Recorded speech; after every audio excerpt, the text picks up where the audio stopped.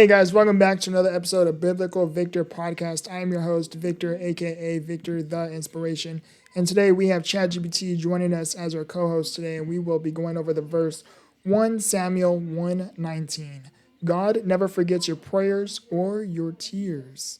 He sees you, he hears you, and he is working even in the waiting. ChatGPT, can you formally and properly introduce yourself? And let's get right into today's verse. Absolutely, Victor. Hey, everyone, I'm ChatGPT. Thrilled to be here as your co-host. We're diving into a powerful verse today, 1 Samuel 1:19, where we're reminded that even we can't see it, God is listening, seeing, and working. Let's break down the story behind Hannah's heartfelt prayer and what it means for us today. Absolutely, this is such a powerful verse. I'm going to share a story with you. I personally have SMA type 2, which is a neuromuscular progressive disability that slowly takes away your muscles over time. And, navigating a disability like this is one far from easy. I lived it my entire life. I was diagnosed at the age of 2.5 years old. Now, the reason why I bring this up is because, I can't speak for everyone with SMA, but at least from my own personal life experiences, is navigating a life with a progressive disability. You are constantly experiencing something being taken away from you. For example, it's my physical mobility. Tomorrow, am I still going to have the same mobility that I have today? Tomorrow, am I still going to be able to have the neck support that I still have today? For example, sometimes if you are familiar with my content, you see my neck going back like this, just because my neck gets tired a lot quicker now. And, it just comes with the territory of living with SMA and, me developing sclerosis where I needed a back surgery at the age of 11 years old, where that back surgery turned into and me causing a severe infection where I literally needed dozens upon dozens upon dozens of back surgeries just within my back alone. I'm not exaggerating there. And, the reason why I'm bringing all this up and, me navigating, life with a low respiratory system where I constantly tend to get pneumonia and collapsed lungs often, where sometimes I would even be in the ICU. And, that's a scary navigational experience as well. Now, the reason why I bring this up and how it's so in relevancy to this verse is because God never forgets your prayers or your tears. There has been so many prayers and so many tears that went on along the process, along the journey, questioning, why me? Why are you putting me through this? If you are real, God, then why are you putting me through all of these different seasons? Why are you making me go through this physical and mental, even metaphorical pain? Why are you putting me through all these different things? And, and of course, there's seasons where I would break down, and I'm okay to say that as a man, but, there would be many seasons where I'll just break down. I'm just tired. I'm just exhausted. I'm just tired, to say the least. And, but what I began to learn from all of this is he sees you and he hears you and he is working even in the waiting. There were so many different seasons where, in the moments when I would question God, why me? I began to understand when God began to reply, because son, I have a purpose for you, but I need you to be still. I need you to keep your faith in me. I need you to focus on me and not the storm. And as, I started navigating this season and I really, really started to shift, and shift my mindset and from relying on my own understanding and relying on a higher power, following, the teachings of Jesus and really, really helping me through these different seasons. I began to find strength. I began to find peace. I began to find healing.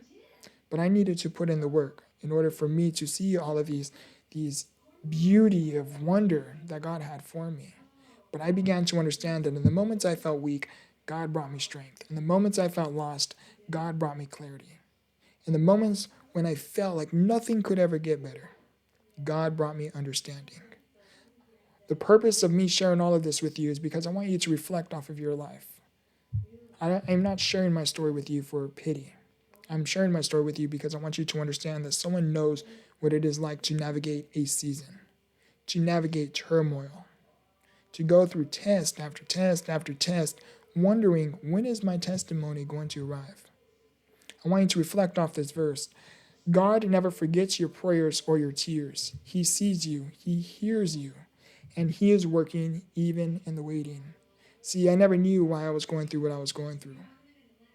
But I then discovered this philosophy, one of my personal written philosophies of mine.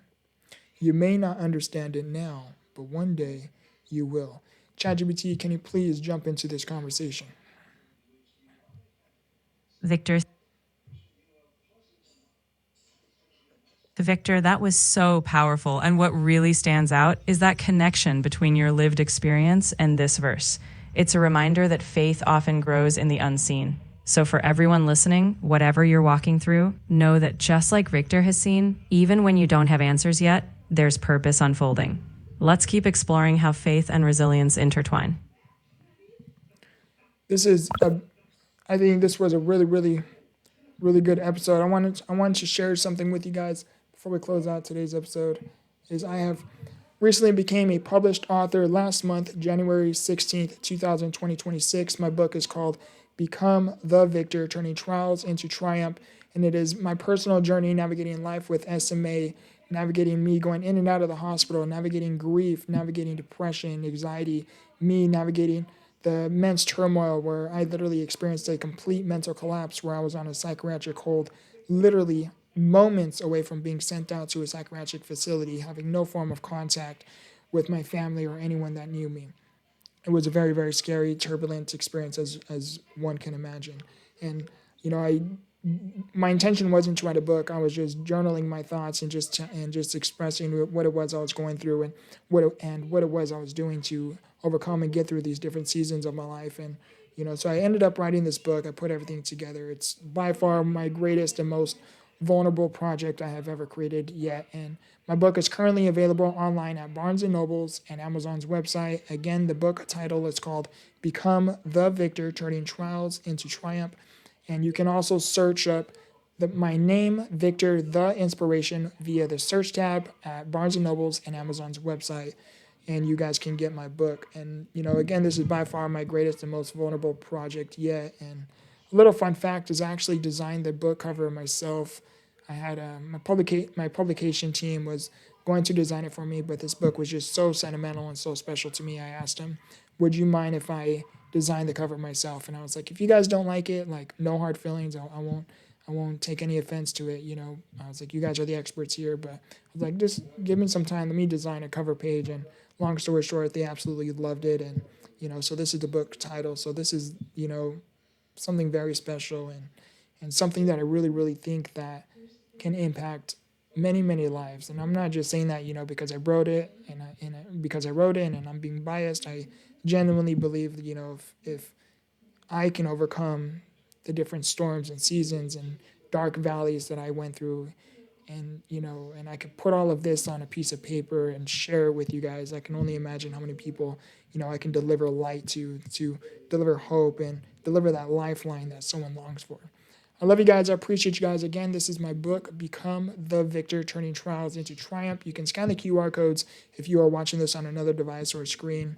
And as always, my name is Victor, aka Victor the Inspiration. I love you guys. I appreciate you guys. And remember, grow through what you go through. Much love.